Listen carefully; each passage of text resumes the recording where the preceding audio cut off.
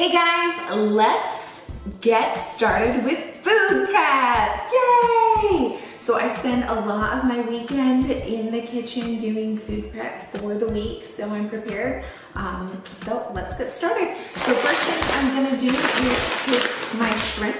This one here, I have the raw extra jumbo easy peel shrimp.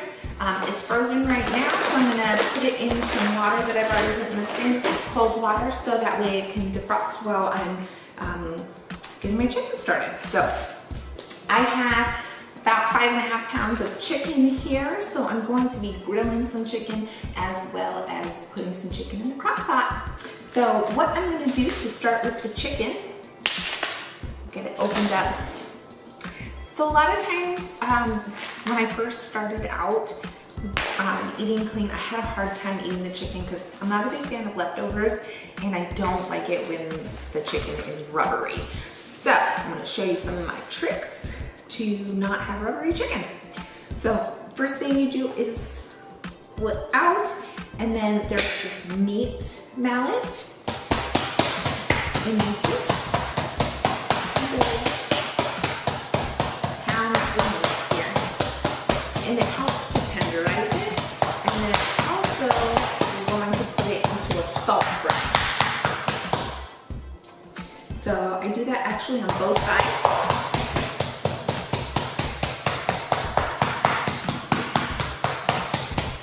Helps get out some of that shit too. Alright, so the meat is already a little bit thinner, which will make it cook through quicker and more evenly as well. So what I'm going to do is I have a bowl here. I'm going to fill it with water, well, about halfway.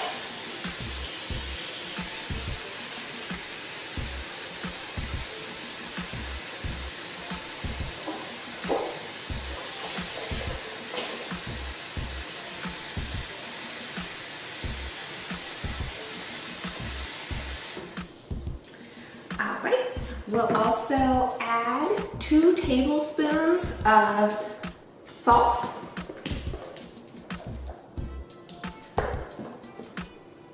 Again, that's going to be 2 tablespoons.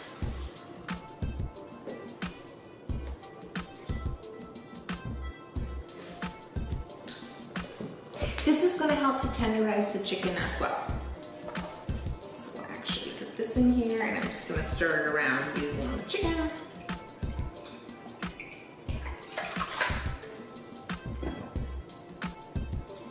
So I'm going to do that with all of the chicken that I have here. I'm going to put it in the brine and then put it in the fridge for 1 to 2 hours to help it tenderize, and then I'll get started on some other things. So I'll be back in just a moment after I go ahead and tenderize the rest of this chicken.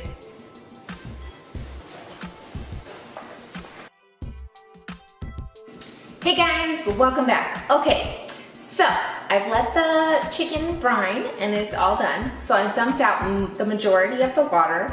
Now what I'm gonna do is put it on a covered pan so I can season it before I go out to grill it. And then I'm also going to be starting the crock pot chicken. So what we're gonna do is we're gonna take out 3 of the chicken breasts here. I'm gonna try to find the ones that came out the thinnest for grilling.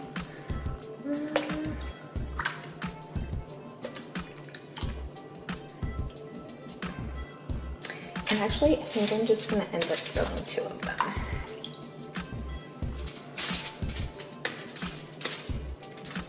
Okay. And then I'm gonna take the other 3 and put them in the crock pot. There might be more than 3. It's kind of hard to tell because they're so big. Skills my rage. And I'm just setting them in the crock pot, and then I'll be putting some sauce over them. And I'm just stacking them on top of each other.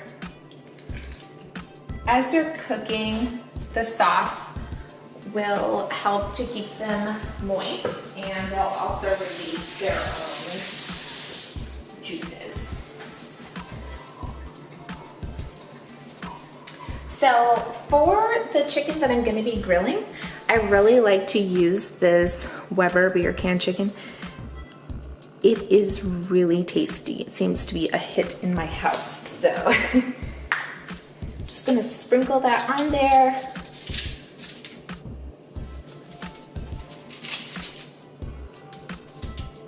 And again, I'll be grilling this chicken. It smells really good. It's good stuff.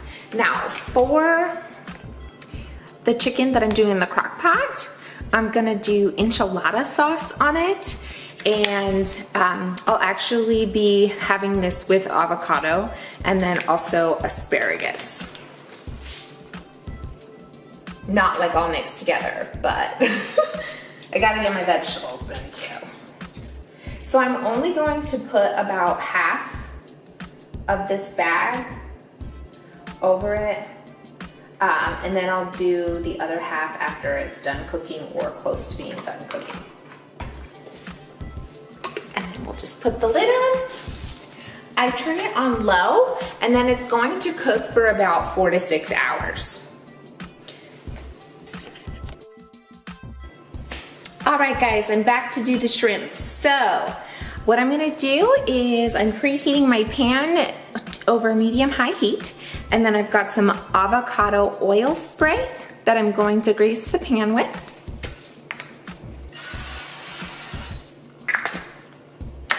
And we'll set that aside there.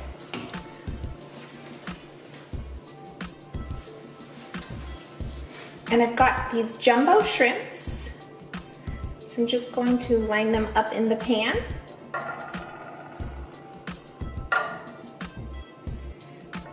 Shrimp is one of my favorites.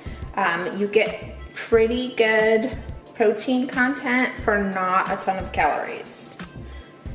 And I'm not a big fish eater, so this is my most eaten fish. It's also really convenient. It doesn't have a fishy taste, so you can kind of use this to make like anything. I mean, it pretty much goes well with everything. It's the chicken from the sea, not tuna. Tuna doesn't go good with everything.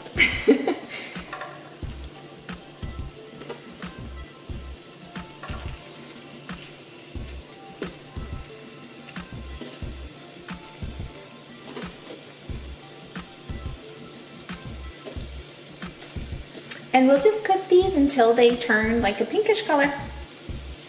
For seasoning, I'm going to be using a chipotle seasoning.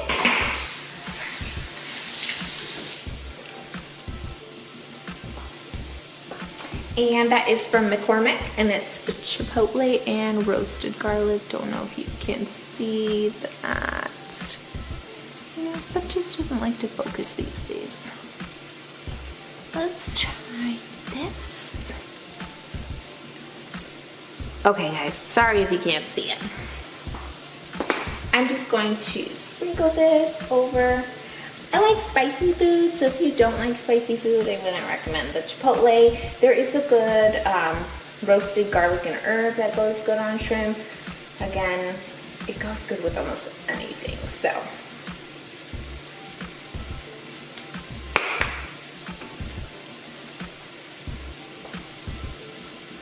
All right, and I'll be back when that's done cooking. All right, so it's just about done, looking nice and beautiful. Doesn't that look yummy? I can't wait to eat it. This would be really good with some pico de gallo and some avocado. All right, guys, so here's what we've got. We've got 4 of these of the chicken spinach feta sausages with 150 grams of grilled asparagus. I've got my shredded enchilada chicken here. We've got a grilled chicken breast, our 5 half-cup servings of blueberries, protein yogurt, And then I've got 6 ounces of shrimp, over 150 grams of asparagus, and then 100 grams of asparagus with 4 ounces of shrimp. And then I've also made some pumpkin protein bread. Yummy!